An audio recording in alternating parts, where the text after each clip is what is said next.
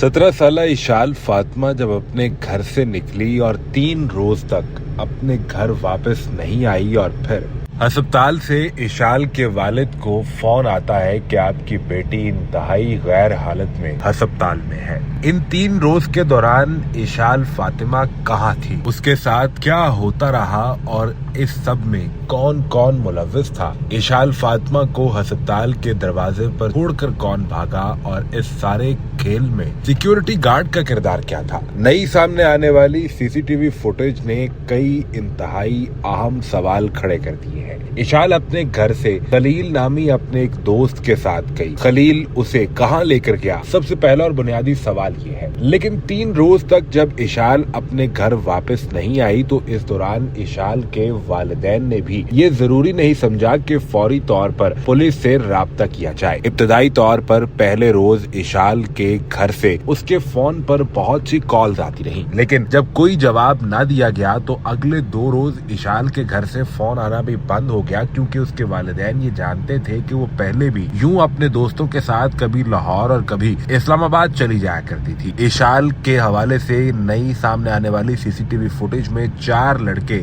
हुमाइश, हुसैन, खलील और हसन को देखा जा सकता है जो उसे अस्पताल के दरवाजे पर लेकर आते हैं। इस सीसीटीवी फुटेज में ये भी देखा जा सकता है कि इनके साथ एक सिक्योरिटी गार्ड भी मौजूद है। ये सिक्योरिटी गार्ड इन चारों में से किसी का जाती मुलाजिम था या अस्पताल का मुलाजिम था जो गेट से अंदर छोड़ने तक आया। ये इंतहाई अहम सवाल है जिसका जवाब अभी किसी के पास मौजूद नहीं है और इस सिक्योरिटी गार्ड को भी गिरफ्तार नहीं किया गया, जिसके बाद बहुत से लोग ये पूछने लगे कि सिक्योरिटी गार्ड को फौरी तौर पर गिरफ्तार करके अगर तफ्तीश की जाए तो पता चल जाएगा कि जो 4 लड़के इशाल को छोड़ने आए थे, क्या उस वक्त इशाल के साथ भी कोई और लड़की इनके साथ मौजूद थी या पार्टी में सिर्फ 4 लड़के और इशाल शामिल थे। जाहिर तौर पर 2 रोज इशाल की तबीयत खराब रही और ये लड़के कोशिश करते रहे कि उसे फर्स्ट एड देकर तबीयत को बहाल किया जा सके, लेकिन ये मुमकिन ना हो पाया। तीसरे रोज जब इशाल को अस्पताल लाया गया तो उसकी शुगर 600 से तजावुज कर चुकी थी, बीपी लो हो चुका था और वो अपना होश खो चुकी थी। ऐसी सूरत हाल में इशाल के वालिद को फोन करके बतलाया गया कि आपकी बेटी गैर हालत में अस्पताल में मौजूद है। जब इशाल के खानदान और घर के लोग अस्पताल पहुंचे तो कुछ ही वक्त के बाद इशाल का इंतकाल हो गया। इब्तदाई तौर पर खबर ये रिपोर्ट की गई कि इशाल के साथ मुबैना तौर पर जिनसी ज्यादती हुई, लेकिन बाद में की जाने वाली तहकीक में पता ये चला कि इशाल नशावर अशिया के ज़ेरे असर तो जरूर थी, लेकिन उसके साथ ज्यादती नहीं की गई, जिससे ये भी अंदाजा कायम किया गया कि मुमकिन तौर पर इससे पहले भी इशाल ऐसी ही पार्टीज का हिस्सा बनती रही और इशाल इससे पहले भी